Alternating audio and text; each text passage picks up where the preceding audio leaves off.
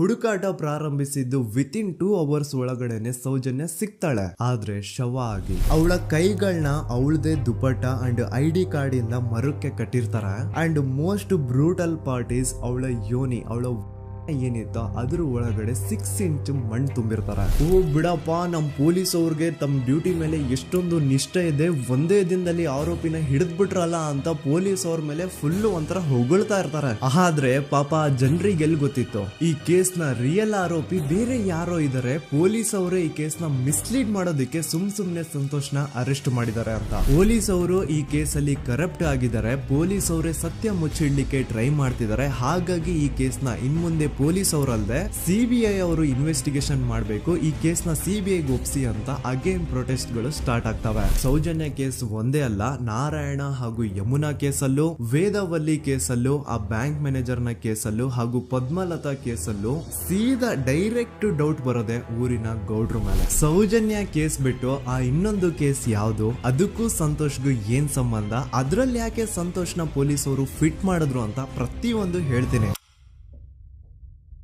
ನಾನು ಈ ಚಾನೆಲ್ ನ ಸ್ಟಾರ್ಟ್ ಮಾಡ್ದಾಗಿಂದ one of the most requested video ಬಂದು ಸೌಜನ್ಯ ಕೇಸ್ ಬಗ್ಗೆ. ಸರಿ, ನಮ್ ದೂತ ಸಭೆಯ ಪ್ರಜೆಗಳು ಇಷ್ಟೊಂದು ಕೇಳ್ತಿದಾರಲ್ಲ, ಈ ಒಂದು ಕೇಸ್ ಬಗ್ಗೆ ವಿಡಿಯೋ ಮಾಡುವ ಅಂತ ಸೌಜನ್ಯ ಕೇಸ್ ಬಗ್ಗೆ ನಾನು ರಿಸರ್ಚ್ ಸ್ಟಾರ್ಟ್ ಮಾಡಿದೆ. ಅಂಡ್ ಟ್ರಸ್ಟ್ ಮೀ, ಎಷ್ಟೊಂದು ಕಾಂಪ್ಲೆಕ್ಸ್ ಈ ಒಂದು ಕೇಸ್ ಇದೆ ಅಂತಂದ್ರೆ ನನ್ ತಲೆನೇ ಕೆಟ್ಬಿಡ್ತು. ಬಟ್ ಡೋಂಟ್ ವರಿ, ನಿಮ್ಗಂತೂ ಪ್ರತಿ ಒಂದನ್ನ ತುಂಬಾ ಸಿಂಪಲ್ ಆಗಿ ಅರ್ಥ ಮಾಡಿಸ್ತೇನೆ. ಅನ್ಕೊಳ್ಳಿ, ಒಂದು ಊರು, ಆ ಊರಲ್ಲಿ ಒಂದು ಗೌಡ್ರ ಕುಟುಂಬ ಇದೆ. ಅಂಡ್ ಆ ಗೌಡ್ರ ಕುಟುಂಬ ತುಂಬಾನೇ ಪವರ್ಫುಲ್, ಲೈಕ್ ನಾವು ಮೂವೀಸ್ ಅಲ್ಲಿ ನೋಡ್ತೀವಲ್ಲ ಹಂಗೆ. ಸೊ ಗೌಡ್ರ ಊರು ಬಂದು ಧರ್ಮಸ್ಥಳ ಅಂತ. ಆ ಒಂದು ಊರಲ್ಲಿ ಇವ್ರಿಗೆ ಸಖತ್ ಕಂಟ್ರೋಲ್ ಇರುತ್ತೆ. ಈವನ್ ಅದೇ ಒಂದು ರೀಜನ್ ಅಲ್ಲಿ ಇರುವಂತಹ ಒಂದು ತುಂಬಾನೇ ಪಾಪ್ಯುಲರ್ ದೇವಸ್ಥಾನನು ಸಹ ಇವರೇ ಕಂಟ್ರೋಲ್ ಮಾಡ್ತಿರ್ತಾರೆ. ಆ ಒಂದು ದೇವಸ್ಥಾನ ಇಂದ ಈ ಗೌಡ್ರ ಕುಟುಂಬಕ್ಕೆ ಎಷ್ಟೊಂದು ದುಡ್ಡು ಬರ್ತಾ ಇರುತ್ತೆ ಅಂತಂದ್ರೆ, ಅದೇ ದುಡ್ಡಲ್ಲಿ ಇವರು ಬೇಜನ್ ಪ್ರೈವೇಟ್ ಪ್ರೈಮರಿ ಅಂಡ್ ಹೈಸ್ಕೂಲ್ಸ್ ನ ಸ್ಥಾಪನೆ ಮಾಡಿರ್ತಾರೆ, ಬೇಜನ್ ಪ್ರೈವೇಟ್ ಮೆಡಿಕಲ್ ಕಾಲೇಜಸ್ ಇರ್ತವೆ, ಅಂಡ್ ಬೇಜನ್ ಪ್ರೈವೇಟ್ ದೊಡ್ಡ ಹಾಸ್ಪಿಟಲ್ಸ್ ಇರ್ತವೆ. ಒಟ್ಟಲ್ಲಿ ಹೇಳ್ಬೇಕು ಅಂತಂದ್ರೆ ದುಡ್ಡಿನ ಸುರಿಮಳೆ ಇವ್ರಿಗೆ. ನೋಡಿ, ನಮ್ಮ ಭಾರತ ದೇಶದಲ್ಲಿ ಒಂದು ಕಾನೂನಿದೆ, ದ ರಿಲಿಜಿಯಸ್ ಎಂಡೋಮೆಂಟ್ ಆಕ್ಟ್ 1863 ಅಂತ. ಬೇಸಿಕಲಿ ಈ ಒಂದು ಕಾನೂನು ಏನ್ ಹೇಳುತ್ತೆ ಅಂತಂದ್ರೆ, ಭಾರತದಲ್ಲಿ ಯಾವ್ದೆಲ್ಲ ಹಿಂದೂ ಟೆಂಪಲ್ಸ್ ಇದಾವೋ ಅವೆಲ್ಲ ಗವರ್ಮೆಂಟ್ ಪ್ರಾಪರ್ಟಿ. ಆ ಹಿಂದೂ ಟೆಂಪಲ್ಸ್ ನ ಮ್ಯಾನೇಜ್ಮೆಂಟ್ ಎಲ್ಲ ಗವರ್ಮೆಂಟ್ ಕೈಗೆ ಹೋಗಿ ಗವರ್ಮೆಂಟ್ ಡಿಸೈಡ್ ಮಾಡುತ್ತೆ ಆ ಮ್ಯಾನೇಜ್ಮೆಂಟ್ ಅಲ್ಲಿ ಯಾರ್ ಕೆಲ್ಸಕ್ಕೆ ಇರಬೇಕು, ಯಾರ್ ಕೆಲ್ಸಕ್ಕೆ ಇರಬಾರ್ದು, ಅಂಡ್ ಆ ಟೆಂಪಲ್ ಇಂದ ಬರ್ತಿರುವಂತಹ ಡೊನೇಷನ್ ಅಮೌಂಟ್ ನ ಏನ್ ಮಾಡಬೇಕು ಅಂತ. ಸೊ ಈ ಒಂದು ಕಾನೂನಿನ ಪ್ರಕಾರ ಗವರ್ಮೆಂಟ್ ಇಂಡಿಯಾದಲ್ಲಿ ಇರುವಂತಹ ಆಲ್ಮೋಸ್ಟ್ ಎಲ್ಲಾ ಹಿಂದೂ ಟೆಂಪಲ್ಸ್ ನ ತನ್ನ ಕಂಟ್ರೋಲ್ ಅಲ್ಲಿ ತಗೋತಾ ಇರ್ಬೇಕಾದ್ರೆ ಗವರ್ಮೆಂಟ್ ಅಫಿಷಿಯಲ್ಸ್ ಧರ್ಮಸ್ಥಳ ಶ್ರೀ ಮಂಜುನಾಥ ದೇವಸ್ಥಾನಕ್ಕೂ ರೀಚ್ ಔಟ್ ಮಾಡ್ತಾರೆ. ಅಂಡ್ ಆಗ ಇಷ್ಟು ದಿನ ಟೆಂಪಲ್ ನ ಕಂಟ್ರೋಲ್ ಮಾಡ್ತಿದ್ದಂತಹ ಆ ಗೌಡ್ರ ಕುಟುಂಬ ಏನ್ ಹೇಳುತ್ತೆ ಗೊತ್ತಾ, ಇಲ್ಲ ಇದು ಹಿಂದೂ ಟೆಂಪಲ್ ಅಲ್ಲ, ಇದು ಜೈನ್ ಫ್ಯಾಮಿಲಿಗೆ ಬಿಲಾಂಗ್ ಮಾಡುವಂತಹ ಒಂದು ಪ್ರೈವೇಟ್ ಟೆಂಪಲ್ ಅಂತ ಹೇಳ್ತಾರೆ. ನಾನು ಇಷ್ಟು ದಿನ ಧರ್ಮಸ್ಥಳ ಶ್ರೀ ಮಂಜುನಾಥ ದೇವಸ್ಥಾನ ಒಂದು ಹಿಂದೂ ಟೆಂಪಲ್ ಅಂತ ಅನ್ಕೊಂಡಿದ್ದೆ. ಆದ್ರೆ ಈಗಷ್ಟೇ ನನಗೂ ಗೊತ್ತಾಗಿದ್ದು ಇದು ಹಿಂದೂ ಟೆಂಪಲ್ ಅಲ್ಲ, ಇದು ಒಂದು ಜೈನ್ ಫ್ಯಾಮಿಲಿಗೆ ಬಿಲಾಂಗ್ ಮಾಡುವಂತಹ ಪ್ರೈವೇಟ್ ಜೈನ್ ಟೆಂಪಲ್ ಅಂತ. ಸೊ ಹೀಗಾಗಿ ಗವರ್ಮೆಂಟ್ ಅಫಿಷಿಯಲ್ಸ್ ಏನೂ ಮಾಡಕ್ಕಾಗದೆ ಇವತ್ತಿನವರೆಗೂ ಈ ಒಂದು ಧರ್ಮಸ್ಥಳ ಶ್ರೀ ಮಂಜುನಾಥ ದೇವಸ್ಥಾನನ ಒಂದು ಪ್ರೈವೇಟ್ ಟ್ರಸ್ಟ್ ನಡೆಸ್ಕೊಂಡು ಹೋಗ್ತಿದೆ. ಅಂಡ್ ಆ ಪ್ರೈವೇಟ್ ಟ್ರಸ್ಟ್ ನ ಓನರ್ ಯಾರು, ಅದೇ ಗೌಡ್ರ ಕುಟುಂಬ. ನೋಡಿ, ನಾನು ಈ ವಿಡಿಯೋದಲ್ಲಿ ಯಾರ್ದು ರಿಯಲ್ ನೇಮ್ಸ್ ನ ಬಳಸ್ತಿಲ್ಲ. ಪ್ರೀವಿಯಸ್ಲಿ ಬೇರೆ ಯೂಟ್ಯೂಬರ್ಸ್ ತಮ್ಮ ವಿಡಿಯೋಸ್ ಅಲ್ಲಿ ರಿಯಲ್ ನೇಮ್ಸ್ ನ ಬಳಸಿದ್ದಾರೆ ಅನ್ನೋ ಒಂದೇ ಒಂದು ಕಾರಣಕ್ಕೆ ಅವ್ರ ವಿಡಿಯೋಸ್ ನ ಡಿಲೀಟ್ ಮಾಡಿಸಿದ್ದಾರೆ. ಸೊ ಅವ್ರ ಜೊತೆ ಆಗಿದ್ದು ನನ್ ಜೊತೆ ಆಗೋದ್ ಬೇಡ, ಸತ್ಯ ಮುಚ್ಚೋಗೋದು ನನ್ಗೆ ಇಷ್ಟ ಇಲ್ಲ. ಹಾಗಾಗಿ ನಾನು ಇಲ್ಲಿ ರಿಯಲ್ ನೇಮ್ಸ್ ನ ಬಳಸ್ತಿಲ್ಲ. ಆದ್ರೆ ನಾನು ಯಾರನ್ನ ಪಾಯಿಂಟ್ ಔಟ್ ಮಾಡಿ ಹೇಳ್ತಿದ್ದೀನಿ ಅನ್ನೋದು ಮಾತ್ರ ನಿಮಗೆ ತುಂಬಾ ಕ್ಲಿಯರ್ಲಿ ಅರ್ಥ ಆಗುತ್ತೆ. Don't worry.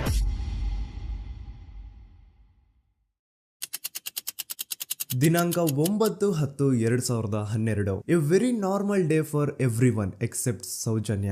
ಧರ್ಮಸ್ಥಳ ಹತ್ರ ಇರುವಂತಹ ಪಂಗಳ್ ಅನ್ನೋ ಒಂದು ಸಣ್ಣ ಹಳ್ಳಿಗೆ ಬಿಲಾಂಗ್ ಮಾಡುವಂತಹ ಸೌಜನ್ಯ ತುಂಬಾನೇ ಒಳ್ಳೆ ಹುಡುಗಿ. SDM ಕಾಲೇಜ್ ಆಫ್ ಉಜ್ರಿಯಲ್ಲಿ 2nd PUC ಓದ್ತಿದ್ದಂತಹ ಇವಳು ತುಂಬಾನೇ ಬ್ರೈಟ್ ಸ್ಟೂಡೆಂಟ್ ಕೂಡ. ಸೊ ಒಂದು ದಿನ ಅಂದ್ರೆ 9 ಅಕ್ಟೋಬರ್ 2012 ಬೆಳಿಗ್ಗೆ 7:30-8 ಗಂಟೆ ಹಾಗೆ ಆಸ್ ಯೂಶುವಲ್ ತನ್ನ ಕಾಲೇಜ್ ಹೋಗೋದಕ್ಕೆ ರೆಡಿ ಆಗ್ತಿರ್ತಾಳೆ. ಅವತ್ತು ಮಂಗಳವಾರದ ದಿನ ಅಂಡ್ ಅವತ್ತು ಲೋಕಲ್ ಫೆಸ್ಟಿವಲ್ ಬೇರೆ ಇರುತ್ತೆ, ಹೊಸ ಅಕ್ಕಿ ಅಂತ. ಈ ಒಂದು ಲೋಕಲ್ ಫೆಸ್ಟಿವಲ್ ದಿನ ಮನೆ ಒಳಗಡೆ ಏನೇ ಅಡುಗೆ ಮಾಡಿದ್ರು ಹೊಸ ಅಕ್ಕಿನೇ ಬಳಸಬೇಕು. ಸೊ ಹೊಸ ಅಕ್ಕಿ ತಂದು ಬ್ರೇಕ್ಫಾಸ್ಟ್ ನ ರೆಡಿ ಮಾಡೋಷ್ಟ್ರಲ್ಲಿ ಸೌಜನ್ಯ ಅವ್ರ ತಾಯಿ ತುಂಬಾ ಲೇಟ್ ಮಾಡ್ತಾರೆ. ಸೊ ಕಾಲೇಜ್ಗೆ ಲೇಟ್ ಆಗ್ತಿದೆ ಅಂತ ಈ ಸೌಜನ್ಯ ಟಿಫಿನ್ ಸಹ ಮಾಡದೆ ಹಾಗೆ ಹೋಗ್ತಾಳೆ. ಅವಳ ತಲೆಯಲ್ಲಿ ಏನಿತ್ತು ಅಂತಂದ್ರೆ, ಹೆಂಗೋ ಇವತ್ತು ಲೋಕಲ್ ಫೆಸ್ಟಿವಲ್ ಬೇರೆ ಇದೆ, ಹಾಗಾಗಿ ಮೇ ಬಿ ಕಾಲೇಜು ಬೇಗ ಬಿಡ್ಬೋದು, ಸೊ ಮಧ್ಯಾಹ್ನ ಡೈರೆಕ್ಟ್ ಮನೆಗೆ ಬಂದು ಊಟ ಮಾಡುವ ಬಿಡು ಅಂತ ಅವಳು ಅನ್ಕೊಂಡಿರ್ತಾಳೆ. ಆದ್ರೆ ಕಾಲೇಜ್ ಹೋಗಾದ್ಮೇಲೆ ಗೊತ್ತಾಗುತ್ತೆ ಅವತ್ತು ಅವಳಿಗೆ ಸ್ಪೆಷಲ್ ಕ್ಲಾಸಸ್ ಬೇರೆ ಇದೆ ಅಂತ. ಸೌಜನ್ಯ ಬ್ರೇಕ್ಫಾಸ್ಟ್ ಕೂಡ ಮಾಡಿರಲ್ಲ ಅಂಡ್ ಲಂಚ್ ಬಾಕ್ಸ್ ಕೂಡ ತಂದಿರಲ್ಲ. ಹಾಗಾಗಿ ಲಂಚ್ ಟೈಮ್ ಅಲ್ಲಿ ಸೌಜನ್ಯನ ಒಬ್ಳು ಫ್ರೆಂಡ್ ಜಾನ್ವಿ ತಾನ್ ತಂದಿರುವಂತಹ ಲಂಚ್ ಬಾಕ್ಸ್ ಅಲ್ಲಿ ಒಂದಿಷ್ಟು ಲಂಚ್ ನ ಆಫರ್ ಮಾಡ್ತಾಳ. ಆದ್ರೆ ಸೌಜನ್ಯ ಪರವಾಗಿಲ್ಲ ನೀನ್ ತಿನ್ನು, ನಾನ್ ಮನೆಗೆ ಹೋಗ್ಬಿಟ್ಟು ಊಟ ಮಾಡ್ಕೊಂತೀನಿ ಅಂತ ಹೇಳ್ತಾಳ. ಸುಮಾರು ಮಧ್ಯಾಹ್ನದ 3:45ಕ್ಕೆ ಕಾಲೇಜ್ ಬಿಡುತ್ತೆ. ಸೌಜನ್ಯ ಕಾಲೇಜ್ ಇಂದ ಬಸ್ ಅಲ್ಲಿ ಬಂದು ನೇತ್ರಾವತಿ ಬಸ್ ಸ್ಟಾಪ್ ಹತ್ರ ಇಳ್ಕೋತಾಳ. ಅವಳ ಜೊತೆ ಅವಳ ಕ್ಲಾಸ್ ಮೇಟ್ಸ್ ಅಂಡ್ ಫ್ರೆಂಡ್ಸ್ ಎಲ್ಲ ಇರ್ತಾರೆ. ಸೊ ಅವ್ರಿಗೆಲ್ಲ ಬಾಯ್ ಹೇಳ್ಬಿಟ್ಟು ಸೌಜನ್ಯ ತನ್ನ ಮನೆ ಕಡೆಗೆ ಹೊರಡ್ತಾಳ. ನೇತ್ರಾವತಿ ಬಸ್ ಸ್ಟಾಪ್ ಇಂದ ಸೌಜನ್ಯ ಮನೆಗೆ 20 ಮಿನಿಟ್ಸ್ ನ ವಾಕ್ ಇರುತ್ತೆ. ಮ್ಯಾಕ್ಸ್ ಟು ಮ್ಯಾಕ್ಸ್ 30 ಮಿನಿಟ್ ಹಿಡಿಬಹುದು. ಸೊ ಸೌಜನ್ಯ ನಡ್ಕೊಂಡು ಮನೆ ಕಡೆಗೆ ಹೋಗ್ತಾ ಇರ್ತಾಳೆ. ಒಂದ್ ಸ್ವಲ್ಪ ದೂರದಲ್ಲಿ ಪ್ರಕೃತಿ ಹಾಸ್ಪಿಟಲ್ ಅಂತ ಒಂದಿರುತ್ತೆ. ಅಲ್ಲಿನ ಸೆಕ್ಯೂರಿಟಿ ಗಾರ್ಡ್ ಸೌಜನ್ಯ ನಡ್ಕೊಂಡು ಹೋಗ್ತಾ ಇರೋದನ್ನ ನೋಡ್ತಾನೆ ಕೂಡ.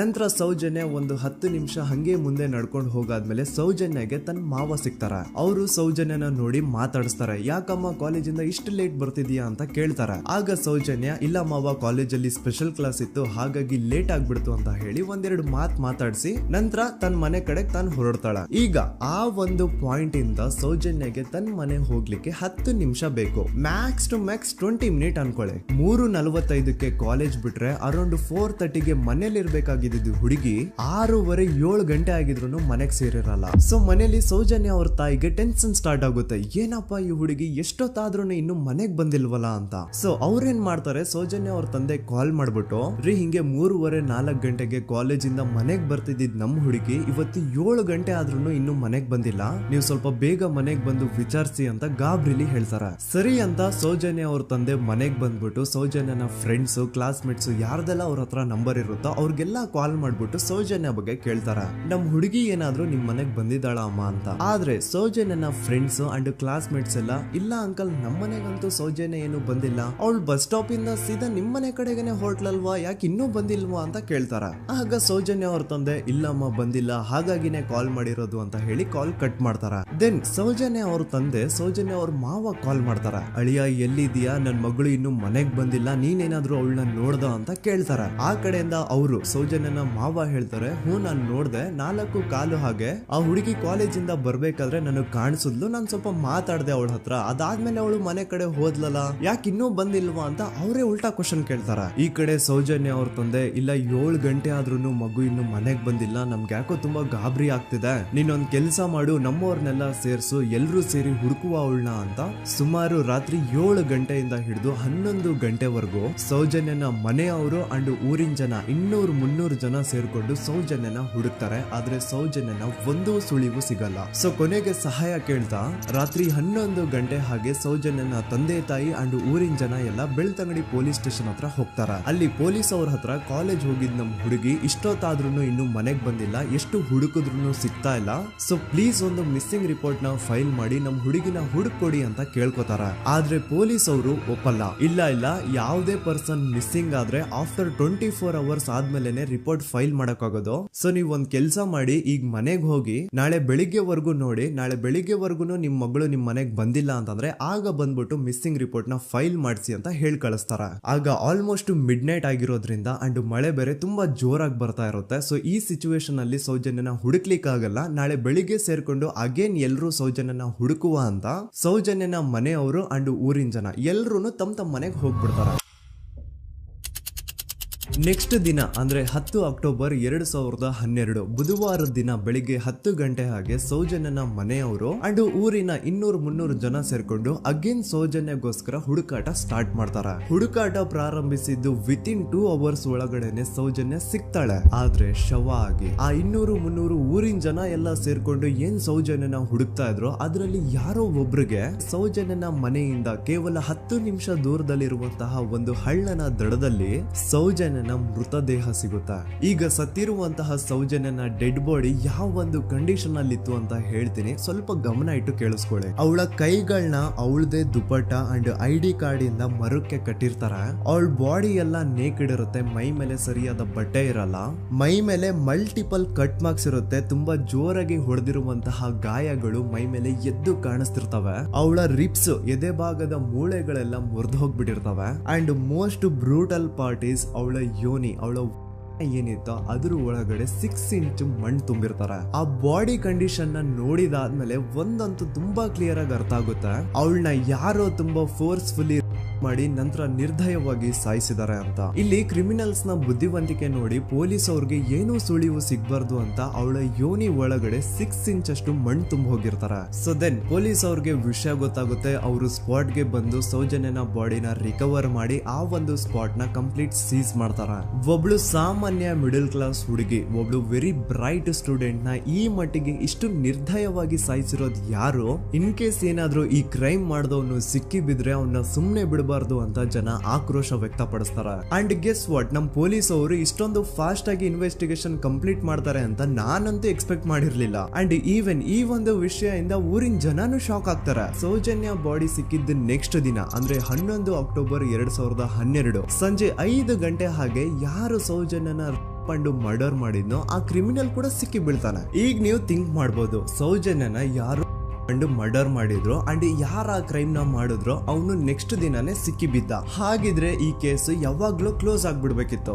ಆದ್ರೂ ಸ್ಟಿಲ್ ಇವತ್ತಿನ ದಿನವರೆಗೂ ಯಾಕೆ ಈ ಕೇಸ್ ಪದೇ ಪದೇ ನ್ಯೂಸ್ ಅಲ್ಲಿ ಬರುತ್ತೆ ಅಂದ್ರೆ, ನಮ್ ದೂತ ಸಭೆಯ ಪ್ರಜೆಗಳೇ ರೆಡಿ ಆಗಿ, ಆರೋಪಿ ಸಿಕ್ಕಾದ್ಮೇಲೆ ಈ ಕೇಸು ಕ್ಲೋಸ್ ಆಗಿಲ್ಲ. ಆಕ್ಚುಲಿ ಈ ಕೇಸು ಓಪನ್ ಆಗಿದ್ದೆ ಈಗ. ನೋಡಿ, ಸೌಜನ್ಯನ ಬಾಡಿ ಸಿಕ್ಕಿದ್ದು ನೆಕ್ಸ್ಟ್ ದಿನ ಅಂದ್ರೆ 11 ಅಕ್ಟೋಬರ್ 2012. PSI ಯೋಗೇಶ್ ಅವರು ಯಾರನ್ನ ಈ ಕೇಸಲ್ಲಿ ಅರೆಸ್ಟ್ ಮಾಡಿದ್ರು ಅಂದ್ರೆ ಆತನ ಹೆಸರು ಬಂದು ಸಂತೋಷ್ ರಾವ್. 28-29 ವಯಸ್ಸಿರುವಂತಹ Santosh Rao first of all ಧರ್ಮಸ್ಥಳದವನು ಅಲ್ವೇ ಅಲ್ಲ, ಅವನು ಶೃಂಗೇರಿ ಅವನು. ಸಂತೋಷ್ ರಾವ್ ನ ತಂದೆ ಸ್ಕೂಲ್ ಟೀಚರು ಅಂಡ್ ತಾಯಿ ಹೌಸ್ ವೈಫ್. ಸಂತೋಷ್ ಮೊದ್ಲಿಂದನೂ ಒಂದ್ ಸ್ವಲ್ಪ ಮೆಂಟಲಿ ಇಲ್ಲಿರೋದ್ರಿಂದ ಅವನಿಗೆ ವಿದ್ಯೆ ಬರಹ ಅನ್ನೋದು ತಲೆಗೆ ಹೋಗಿರಲ್ಲ. ಹಾಗಾಗಿ ಅವನು ಶೃಂಗೇರಿಯಲ್ಲಿ ಒಂದು ಹೋಟೆಲ್ ಅಲ್ಲಿ ಕೆಲಸ ಮಾಡ್ತಿರ್ತಾನೆ. ಮೆಂಟಲಿ ಅನ್ಸ್ಟೇಬಲ್ ಇದ್ರೂ ಸಹ ಈತನಿಗೆ ದೇವ್ರ ಮೇಲೆ ಬಹಳ ನಂಬಿಕೆ ಇರುತ್ತೆ. ಹಾಗಾಗಿ ತಿಂಗಳಿಗೆ ಒಮ್ಮೆ ಆದ್ರೂ, ಅಟ್ಲೀಸ್ಟ್ 2 ತಿಂಗಳಿಗೆ ಒಮ್ಮೆ ಆದ್ರೂ ಈತ ಯಾವ್ದಾದ್ರು ಒಂದು ಪುಣ್ಯಕ್ಷೇತ್ರಕ್ಕೆ ವಿಸಿಟ್ ಮಾಡಿ ಬರ್ತಿರ್ತಾನೆ. ಹಾಗೇನೆ ಈ ಸತಿನೂ ಸಹ ಈತ ಧರ್ಮಸ್ಥಳಕ್ಕೆ ಬಂದಿರ್ತಾನೆ. ಇವನು ಧರ್ಮಸ್ಥಳಕ್ಕೆ ಬಂದಿದ್ದು ದಿನಾಂಕ 9 ಅಕ್ಟೋಬರ್ 2012. ಈ ದಿನಾಂಕನ ಸ್ವಲ್ಪ ನೋಟ್ ಮಾಡಿ ಇಟ್ಕೊಳ್ಳಿ, ಯಾಕಂತಂದ್ರೆ ಮುಂದೆ ಈ ಕೇಸಲ್ಲಿ ಇದೇ ಮೇಜರ್ ಟರ್ನಿಂಗ್ ಪಾಯಿಂಟ್. ಸೊ ಸೌಜನ್ಯನ ಡೆತ್ ಆಗಿಂತ ಒಂದು ದಿನ ಹಿಂದೆ ಧರ್ಮಸ್ಥಳಕ್ಕೆ ಬಂದಿರುವಂತಹ ಸಂತೋಷ್ ರಾವ್ಗೆ ಎಲ್ಲೂ ಉಳ್ಕೊಳ್ಳಿಕ್ಕೆ ಹೋಟೆಲ್ ಅಲ್ಲಿ ಅಥವಾ ಲಾಡ್ಜ್ ಅಲ್ಲಿ ರೂಮ್ ಸಿಗಲ್ಲ. ರೀಸನ್ ಇಷ್ಟೇ, ಸಂತೋಷ್ ರಾವ್ ನೋಡ್ಲಿಕ್ಕೆ ಸ್ವಲ್ಪ ಮೆಂಟಲಿ ಅನ್ಸ್ಟೇಬಲ್ ಪರ್ಸನ್ ತರ ಇರ್ತಾನೆ. ಅವನ ಅವತಾರ, ಅವನ ವೇಷಭೂಷಣ ಅಷ್ಟು ಸರಿ ಇರಲ್ಲ. ಹಾಗಾಗಿ ಇವನ್ಗೆ ಯಾವುದೇ ಒಂದು ಹೋಟೆಲ್ ಅಲ್ಲಿ ಅಥವಾ ಲಾಡ್ಜ್ ಅಲ್ಲಿ ಎಲ್ಲಿನೂ ರೂಮ್ ಸಿಗಲ್ಲ. ಸೊ ಉಳ್ಕೊಳ್ಳೋಕೆ ಜಾಗ ಸಿಗದೆ ಇವನೇನ್ ಮಾಡ್ತಾನೆ, ಅಲ್ಲೇ ಹತ್ರದಲ್ಲಿರುವಂತಹ ಬಾಹುಬಲಿ ಬೆಟ್ಟಕ್ಕೆ ಹೋಗಿ ಅಲ್ಲಿರುವಂತಹ ಬಾಹುಬಲಿ ಸ್ಟ್ಯಾಚು ಹತ್ರನೇ ಆಶ್ರಯ ತಗೊಳ್ತಾನೆ. ಅಂಡ್ 1-2 ದಿನ ಅವನು ಅಲ್ಲೇ ಉಳ್ಕೋತಾನೆ ಕೂಡ. ಡೇ ಟೈಮ್ ಅಲ್ಲಿ ಧರ್ಮಸ್ಥಳಕ್ಕೆ ಬಂದು ಧರ್ಮಸ್ಥಳ ಶ್ರೀ ಮಂಜುನಾಥ ದೇವಸ್ಥಾನದಲ್ಲಿದ್ದು ಅಲ್ಲೇ ಪ್ರಸಾದ ಊಟ ಎಲ್ಲ ಮಾಡಿ ನಂತರ ನೈಟ್ ಆಗ್ತಿದ್ದಂಗೆ ಬಾಹುಬಲಿ ಬೆಟ್ಟಕ್ಕೆ ಹೋಗಿ ಆ ಸ್ಟ್ಯಾಚು ಹತ್ರನೇ ಮಲ್ಕೊಳ್ತಿರ್ತಾನೆ. ಸೊ ಒಂದು ದಿನ ಅಂದ್ರೆ 11 ಅಕ್ಟೋಬರ್ 2012 ಸಂಜೆ 5 ಗಂಟೆ ಹಾಗೆ ಈ ಸಂತೋಷ್ ರಾವ್ ತನ್ನ ಪಾಡಿಗೆ ತಾನು ಆ ಬೆಟ್ಟದ ಮೇಲೆ ಕೂತ್ಕೊಂಡು ಸೀನರೀಸ್ ನ ಎಂಜಾಯ್ ಮಾಡ್ತಾ ಇರಬೇಕಾದ್ರೆ ಯಾರೋ ಅದೇ ಊರಿನ 5 ಜನ ಕಿಡಿಗೇಡಿಗಳು ಬಂದು ಇವನ್ ಹತ್ರ ಜಗಳ ತೆಗಿತಾರ. ಈ 5 ಜನ ಯಾರು ಅಂತ ನಂತರ ಹೇಳ್ತೇನೆ. ಸೊ ಈ 5 ಜನ ಕಿಡಿಗೇಡಿಗಳು ಸಂತೋಷ್ ರಾವ್ ಹತ್ರ ಜಗಳ ತೆಗೆದು ಅವನ ಅವಾಚ್ಯ ಶಬ್ದಗಳಿಂದ ಬೈದು ಅವನ್ನ ಹೊಡೆದು, ಅಷ್ಟೇ ಸಾಲದೆ ಆ 5 ಜನ ಸಂತೋಷ್ ರಾವ್ನ ಪೊಲೀಸ್ ಸ್ಟೇಷನ್ಗೆ ಎಳ್ಕೊಂಡ್ ಬಂದು ಇವನು ನಾವು ಬಾಹುಬಲಿ ಬೆಟ್ಟಕ್ಕೆ ಅಂತ ಹೋಗಿದ್ರೆ ಅಲ್ಲಿ ನಮ್ಮ ಮೇಲೆ ಅಟ್ಯಾಕ್ ಮಾಡ್ದ, ಇವ್ನು ನೋಡ್ಲಿಕ್ಕೂ ಸಹ ಒಳ್ಳೆ ಸೈಕೋ ಕಿಲ್ಲರ್ ಇದ್ದಂಗಿದಾನೆ, ನಮ್ಗೆ ಯಾಕೋ ನಿನ್ನೆ ನಮ್ಮೂರಲ್ಲಿ ನಡೆದಿರುವಂತಹ ಘಟನೆ ಆ ಸೌಜನ್ಯನ ಮರ್ಡರ್ ಇವನೇ ಮಾಡಿದಾನೆ ಅಂತ ಡೌಟ್ ಬರ್ತಿದೆ ಅಂತ ಆ 5 ಜನ ಕಿಡಿಗೇಡಿಗಳು ಸಂತೋಷ್ ರಾವ್ನ ಪೊಲೀಸ್ ಅವ್ರ ಹತ್ರ ಹಾಕೊಡ್ತಾರೆ. ಅಂಡ್ ಪೊಲೀಸ್ ಅವರು ಕೂಡ ಎಂತವ್ರು ನೋಡಿ, ಯಾರೋ 5 ಜನ ಕಿಡಿಗೇಡಿಗಳು ಬಂದು ಇವನೇ ಕೊಲೆ ಮಾಡಿದಾನೆ ಅಂತ ಹೇಳಿದ ತಕ್ಷಣ ಹಿಂದೆ ಮುಂದೆ ಕ್ರಾಸ್ ಚೆಕ್ ಮಾಡದೆ ಸಂತೋಷ್ ರಾವ್ನ ಅರೆಸ್ಟ್ ಮಾಡಿ ಸೌಜನ್ಯ ಕೇಸ್ನ ಆರೋಪಿ ಸಿಕ್ಕಿದಾನೆ ಅಂತ ಎಲ್ಲಾ ಕಡೆ ಘೋಷಣೆ ಮಾಡ್ಬಿಡ್ತಾರ. ಜನರಿಗೆ ಈ ಕಡೆ ಒಂಥರ ನೆಮ್ಮದಿ, ಓ ಬಿಡಪ್ಪ ನಮ್ ಪೊಲೀಸ್ ಅವ್ರಿಗೆ ತಮ್ಮ ಡ್ಯೂಟಿ ಮೇಲೆ ಎಷ್ಟೊಂದು ನಿಷ್ಠೆ ಇದೆ, ಒಂದೇ ದಿನದಲ್ಲಿ ಆರೋಪಿನ ಹಿಡಿದ್ಬಿಟ್ರಲ್ಲ ಅಂತ ಪೊಲೀಸ್ ಅವ್ರ ಮೇಲೆ ಫುಲ್ ಒಂಥರ ಹೊಗಳ್ತಾ ಇರ್ತಾರೆ. ಆದ್ರೆ ಪಾಪ ಜನರಿಗೆ ಎಲ್ಲಿ ಗೊತ್ತಿತ್ತು ಈ ಕೇಸ್ ನ ರಿಯಲ್ ಆರೋಪಿ ಬೇರೆ ಯಾರೋ ಇದಾರೆ, ಪೊಲೀಸ್ ಅವರೇ ಈ ಕೇಸ್ ನ ಮಿಸ್ಲೀಡ್ ಮಾಡೋದಕ್ಕೆ ಸುಮ್ನೆ ಸಂತೋಷ್ ನ ಅರೆಸ್ಟ್ ಮಾಡಿದ್ದಾರೆ ಅಂತ. ಸೊ ಸಂತೋಷ್ ರಾವ್ ಒಂದು ಹುಡುಗಿಯ ರೇಪ್ ಅಂಡ್ ಮರ್ಡರ್ ಕೇಸ್ ಅಲ್ಲಿ ಅರೆಸ್ಟ್ ಆಗಿದ್ದಾನೆ ಅನ್ನೋ ವಿಷಯ ಸಂತೋಷ್ ನ ತಾಯಿಗೆ ಗೊತ್ತಾದಾಗ ಅವ್ರ ಪಾಪ ನೋವಲ್ಲಿ ಕುರ್ಗಿ ಸಾಯ್ತಾರ. ಅಂಡ್ ಇನ್ನು ಅವ್ರ ತಂದೆ ಒಂದು ಕಡೆ ಪಾಪ ಹೆಂಡತಿನ ಕಳ್ಕೊಂಡಿರುವಂತಹ ನೋವು, ಇನ್ನೊಂದು ಕಡೆ ಮಗ ನೋಡಿದ್ರೆ ಯಾವ್ದೋ ಫಾಲ್ಸ್ ಕೇಸ್ ಅಲ್ಲಿ ಅರೆಸ್ಟ್ ಆಗಿದ್ದಾನೆ. ಈ ಕಡೆ ಕೇಸ್ ನ ಇನ್ವೆಸ್ಟಿಗೇಷನ್ ನಡೀತಾ ಇದೆ. ಅಂಡ್ ಇಲ್ಲಿ ನಾನು PSI ಯೋಗೇಶ್ ಅವ್ರ ಬಗ್ಗೆ ಅಂತೂ ಮೆನ್ಷನ್ ಮಾಡ್ಲೇಬೇಕು. ಈ ಪೊಲೀಸ್ ಆಫೀಸರು ಗೊತ್ತಿದ್ದು ಈ ತಪ್ಪನ ಮಾಡಿದ್ರು ಅಥವಾ ಗೊತ್ತಿಲ್ದೇನೆ ಈ ತಪ್ಪನ ಮಾಡಿದ್ರು ನನ್ಗಂತೂ ಗೊತ್ತಿಲ್ಲ. ಸೊ ಇವ್ರು ಏನ್ ಮಾಡ್ತಾರೆ ಅಂತಂದ್ರೆ ಸೌಜನ್ಯನ ಬಾಡಿನ ಪೋಸ್ಟ್ ಮಾರ್ಟಮ್ ಗೆ ಕಳಿಸಿದಾಗ ಡಾಕ್ಟರ್ಸ್ ಹಂಗೋ ಹಿಂಗೋ ಮಾಡಿ ಇಂದ ಕೆಲವೊಂದು ಸ್ಪರ್ಮ್ ನ ಸ್ಯಾಂಪಲ್ಸ್ ಕಲೆಕ್ಟ್ ಮಾಡ್ತಾರ. ಅದನ್ನ ಅವರು PSI ಯೋಗೇಶ್ಗೆ ಕೊಟ್ಟು ಇದನ್ನ ವಿತಿನ್ 72 ಅವರ್ಸ್ ಒಳಗಡೆ ಇನ್ನೊಂದು ಲ್ಯಾಬ್ ಗೆ ಸಬ್ಮಿಟ್ ಮಾಡಿ ಅಂತ ತುಂಬಾ ಕ್ಲಿಯರ್ ಆಗಿ ಹೇಳ್ತಾರೆ. ಆದ್ರೆ PSI ಯೋಗೇಶ್ ಆ ಸ್ಪರ್ಮ್ ಸ್ಯಾಂಪಲ್ಸ್ ನ ವಿತಿನ್ 72 ಅವರ್ಸ್ ಒಳಗಡೆ ಲ್ಯಾಬ್ ಕಳ್ಸೋದಿರ್ಲಿ, ಅದನ್ನ 12 ದಿನ ಆದ್ಮೇಲೆ ಲ್ಯಾಬ್ ಕಳಿಸ್ತಾರ. ಅಷ್ಟೊತ್ತಿಗೆ ಆಲ್ರೆಡಿ ಆ ಸ್ಪರ್ಮ್ ಸ್ಯಾಂಪಲ್ಸ್ ಗೆಲ್ಲ ಫಂಗಸ್ ಹಿಡಿದು ಅದು ಅನ್ಫಿಟ್ ಫಾರ್ ಟೆಸ್ಟಿಂಗ್ ಅಂತ ಬರುತ್ತೆ. ಈಗ ನೀವೇ ಹೇಳಿ, ಎಂತ ಡಂಬೆಸ್ಟ್ ಪರ್ಸನ್ ಪೊಲೀಸ್ ಆಫೀಸರ್ ಆಗಿದ್ರು ಅವನ ಹತ್ರ ಒಂದು ಮರ್ಡರ್ ಕೇಸ್ ಬಂದಾಗ ಅವನ ಹತ್ರ ಇರೋ ಮೇನ್ ಸಾಕ್ಷಿನೇ, ಮೇನ್ ಎವಿಡೆನ್ಸ್ ಆ ಹುಡುಗಿಯ ಇಂದ ಕಲೆಕ್ಟ್ ಆಗುವಂತಹ ಸ್ಪರ್ಮ್ ಸ್ಯಾಂಪಲ್ಸ್. ಸೊ ಅದನ್ನ ಮೊದಲು ಲ್ಯಾಬ್ ಕಳಿಸಿ ಅದನ್ನ ಐಡೆಂಟಿಫೈ ಮಾಡೋದು ಪೊಲೀಸ್ ಅವರ ಫಸ್ಟ್ ಡ್ಯೂಟಿ. ಆದ್ರೆ ಇಲ್ಲಿ PSI ಯೋಗೇಶ್ ಅವರು ಇದನ್ನೇ ಮರ್ತು ಹೋದ್ರು ಅಂತ ನೋಡಿ. ಯಾವುದೇ ಒಂದು ಕೇಸ್ ಅಲ್ಲಿ ಪೊಲೀಸ್ ಅವರು ಆದಷ್ಟು ಎವಿಡೆನ್ಸ್ ನ ಕಲೆಕ್ಟ್ ಮಾಡೋದಕ್ಕೆ ಟ್ರೈ ಮಾಡ್ತಾರ.